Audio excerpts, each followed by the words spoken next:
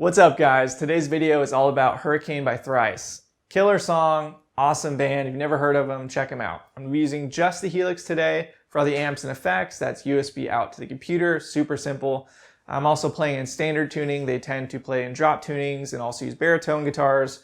I'm just keeping it simple, playing in standard. I'm super pleased with the tones I was able to get for this. The Helix doesn't have the exact same equipment that they use. I didn't even worry about that. I just kind of tried to use my ears and approximate it as best as I could. I think it sounds awesome. It's massive. It's definitely a headphones on type of video. It's got 2 amps that are, panned, so it sounds massive, and I'd hate for you to lose that on a little iPhone speaker. If you guys like the tones and own a Helix, check out the patch in the description below, or just go to yeatzeeguitar.com. If you guys have any songs you'd love for me to do next time, go ahead and write them in the comment section below. I'm open to anything. Doesn't matter the band or the genre. It's just kind of fun for me to see how close I can get with the Helix. If you guys like the video, give it a thumbs up. If you want to see more videos like this, subscribe. And if you really like the video, share it with some friends. That helps me out a ton. Until next time, I'll see you guys later.